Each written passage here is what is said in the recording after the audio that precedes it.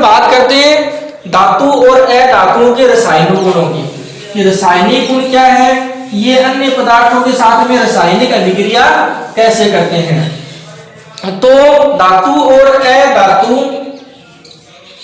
4 प्रकार की अभिक्रिया करते हैं। पहली है ऑक्सीजन के साथ, ऑक्सीजन के साथ अभिक्रिया। दूसरा है जल के साथ अभिक्रिया। और तीसरा है अम्लों के साथ अभिक्रिया। और चौथा है क्षारों के साथ अभिक्रिया। तो धातु और अधातु ऑक्सीजन के साथ में, जल के साथ में, अम्लों के साथ में और क्षारों के साथ में अभिक्रिया करके कौन से पदार्थ बनाते हैं, इसकी बात अपन करते हैं। तो धातु और अधातु इन पदार्थों के साथ में अलग अलग प्रकार की क्रियाएं दर्शाते हैं। इसमें अपन सबसे पहले अपन बात करते हैं ऑक्सीजन के साथ में अभिक्रिया, कि ऑक्सीजन के साथ में कैसे अभिक्रिया करते हैं।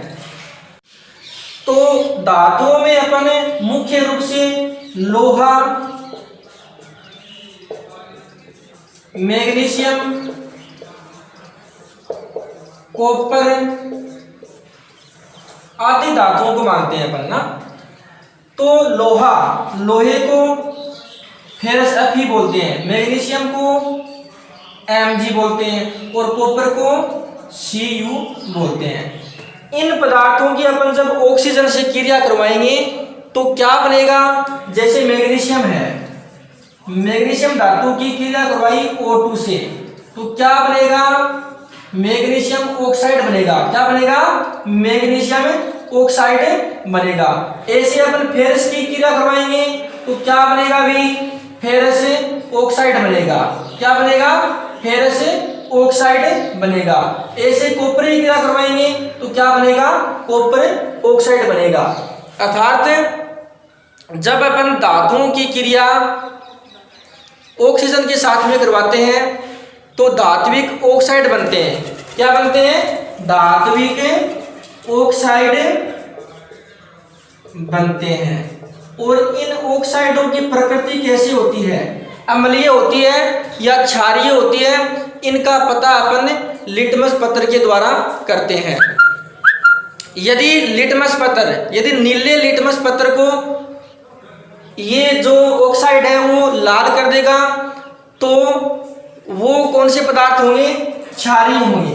क्या होंगे, क्षारीय होंगे।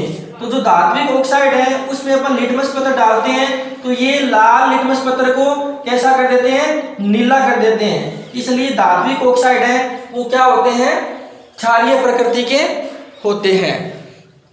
इसके बाद में अपन दूसरे पॉइंट की बात करते हैं अधातुओं की ऑक्सीजन से क्रिया, कि अधातु है वो ऑक्सीजन से क्रिया करके क्या बनाएंगे। अधातु में अपन मान लेते हैं सल्फर।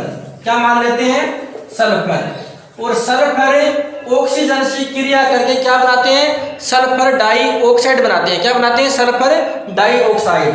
जैसे सल्फर है, इसकी क्रिया करवाई ऑक्सीजन से तो क्या बनता है, सल्फर डाइऑक्साइड, SO2 बन जाता है। और ये SO2 तो सल्फर डाइऑक्साइड है, अधात्विक ऑक्साइड है ये। इसकी प्रकृति कैसी होती है, अम्लीय होती है। कैसी होती है, अम्लीय होती है, क्योंकि ये नीले लिटमस पत्र को लाल कर देता है। जब इस SO2 अधात्विक ऑक्साइड के अंदर अपन नीले लिटमस पत्र को डालेंगे तो उसका रंग लाल हो जाता है। इसलिए इसकी प्रकृति कैसी होती है, अम्लीय प्रकृति होती है।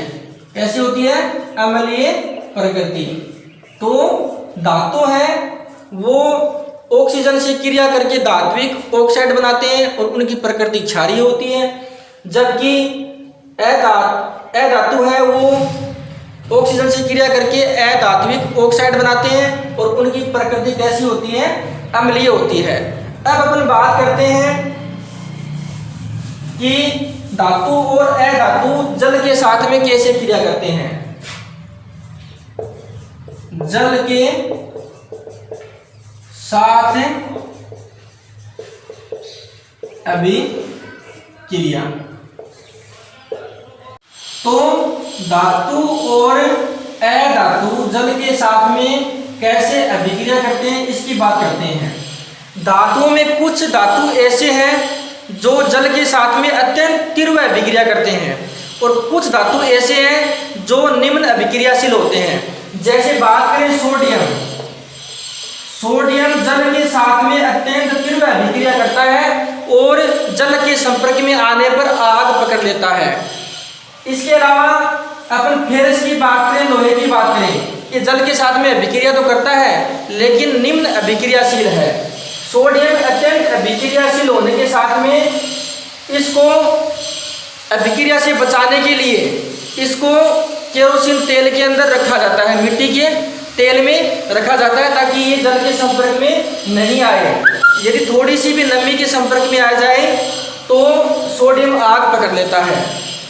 इसके अलावा बात करें अपन अधातुओं की, तो अधातु जल के साथ में अभिक्रिया नहीं करते, जल के साथ में अभिक्रिया नहीं करते। इसीलिए अधातुओं में एक अधातु है फोस्फोरस, फोस्फोरस ये क्या है?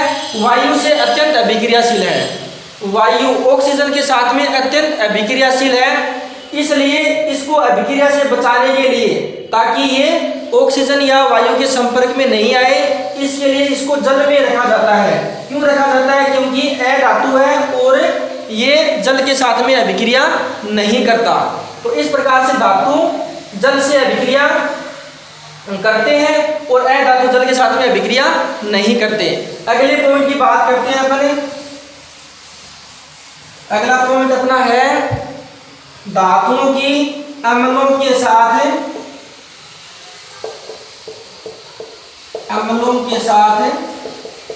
अभिक्रिया।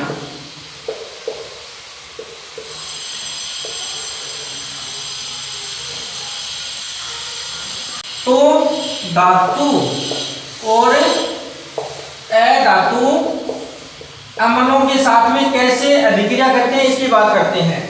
अधातु अम्लों के साथ में अभिक्रिया नहीं करते और धातु है ये अम्लों के साथ में अभिक्रिया करके क्या बनाते हैं? हाइड्रोजन गैस का निर्माण करते हैं, हाइड्रोजन गैस का निर्माण करते हैं। इसका पता अपन कैसे करेंगे? जैसे HCl अम्ल है, हाइड्रोक्लोरिक अम्ल, इसकी क्रिया आपने करवाई सोडियम से, किससे? सोडियम, तो क्या बन गया? NaCl plus hydrogen gas. अब जब अम्ल की क्रिया सोडियम से करवाएंगे तो उस परत नली के ऊपर अपन जलती तिल्ली लेके जाएंगे तो पोप की आवाज आएगी। किसकी आवाज आएगी? पोप की ध्वनि आएगी। वो क्यों आएगी? क्योंकि हाइड्रोजन गैस है उसके कारण आएगी। ठीक है। क्षारों की बात करें अपन कि धातु और अधातु क्षारों के साथ में कैसे अभिक्रिया करते हैं, तो उसमें अधातु क्षारों के साथ में अभिक्रिया नहीं करते और धातु है वो क्षारों से अभिक्रिया करके वही हाइड्रोजन गैस का निर्माण करते हैं। अब इन चारों अभिक्रियाओं के अलावा धातुओं में एक अन्य अभिक्रिया भी पाई जाती है जिसका नाम है विस्थापन अभिक्रिया। क्या है? विस्थापन अभिक्रिया। तो धातुओं की विस्थापन अभिक्रिया की बात करते हैं अपन। धातुओं के विस्थापन अभिक्रिया, विस्थापन अभिक्रिया, विस्थापन अभिक्रिया किसे कहते हैं अभी? कि ऐसी अभिक्रिया जिसमें किसी एक पदार्थ का दूसरे रासायनिक पदार्थ द्वारा विस्थापन हो जाता है। तो धातुओं में विस्थापन अभिक्रिया पाई जाती है। अपन बात करते हैं कॉपर सल्फेट विलयन की, कॉपर सल्फेट विलयन की बात करते हैं। कॉपर सल्फेट विलयन नीले रंग का होता है। कैसा होता है? नीले रंग का होता है, CuSO4। ये कॉपर सल्फेट है, इसका विलयन नीले रंग का होता है। जब इसकी क्रिया अपन जिंक से करवाते हैं, किससे करवाते हैं? जिंक से। यानी परख नली में अपने कॉपर सल्फेट लिया और उसमें जिंक की मात्रा मिलाई तो क्या होगा कि जो कॉपर सल्फेट का नीला रंग है वो कैसा हो जाता है? गायब हो जाता है। क्यों हो जाता है? क्योंकि जो कॉपर धातु है ये जिंक से कम अभिक्रियाशील धातु है, इसलिए विस्थापन अभिक्रिया में अधिक अभिक्रियाशील पदार्थ कम अभिक्रियाशील पदार्थ को विस्थापित कर देता है। यानी जिंक कॉपर की जगह आ जाएगा और कॉपर है वो जिंक की जगह आ जाएगा, इसलिए क्या बनेगा, जिंक सल्फेट बन जाएगा और कॉपर विस्थापित हो जाएगा। और इस विलयन से कॉपर है वो विस्थापित होकर नीचे तली में जम जाएगा, लाल चूर्ण के रूप में बच जाएगा। तो धातुओं के अंदर ये विस्थापन अभिक्रिया भी पाई जाती है। अब अपन बात करते हैं धातु और अधातुओं के उपयोग की बात करते हैं। तो धातु और अधातुओं के उपयोग की बात करते हैं। धातुओं क्या उपयोग है, धातुओं से विभिन्न प्रकार के अपने जो घरेलू बर्तन हैं वो बर्तनों का निर्माण किया जाता है, घरेलू बर्तनों का निर्माण किया जाता है। आभूषणों के निर्माण में भी धातुओं का उपयोग किया जाता है। इसके अलावा जो रेलगाड़ियां हैं, विभिन्न प्रकार की मशीनें हैं, या जो अंतरिक्ष में यान भेजते हैं उनके निर्माण में कुर्सी, टेबल, तो विभिन्न प्रकार के अपने जो दैनिक जीवन में काम आते हैं वो पदार्थ किससे बनाए जाते हैं, धातुओं से बनाए जाते हैं। अधातुओं की बात करें तो अधातु भी हमारे दैनिक जीवन में बहुत ही महत्वपूर्ण है। जो अपन श्वसन में ऑक्सीजन गैस लेते हैं वो भी क्या है, अधातु है। कोयला है ये भी अधातु है। जो पेट्रोलियम विभिन्न प्रकार के पदार्थ हैं, गैस हैं, वो भी क्या है, अधातु है। अपने खेतों में विभिन्न प्रकार के रासायनिक पदार्थ हैं, उर्वरक खाद छिड़कते हैं, जैसे अमोनिया है, यूरिया है, ये भी क्या है, अधातु है। इसके अलावा जो अपने फैक्ट्रियां हैं उसमें विभिन्न प्रकार के रासायनिक पदार्थ काम में लेते हैं, वो भी अधातु है। जो पटाखे हैं, आतिशबाजी के जो पदार्थ बनते हैं वो भी अधातु होते हैं। इसके अलावा जो अपने जल के शुद्धिकरण में जो पदार्थ काम में आते हैं वो भी क्या होते हैं, अधातु होते हैं। और विभिन्न प्रकार की जो मेडिसिन है, दवाई है, एंटीबायोटिक है, वो भी क्या होते हैं, अधातु होते हैं। तो इस प्रकार से अपने धातु और अधातुओं का हमारे दैनिक जीवन में बहुत ही महत्व है। इस प्रकार से अपने धातु और अधातुओं के भौतिक गुणों की बात कर ली, रासायनिक गुणों की बात कर ली, और इनका महत्व क्या है, उपयोग क्या है, ये भी बात कर ली। धन्यवाद।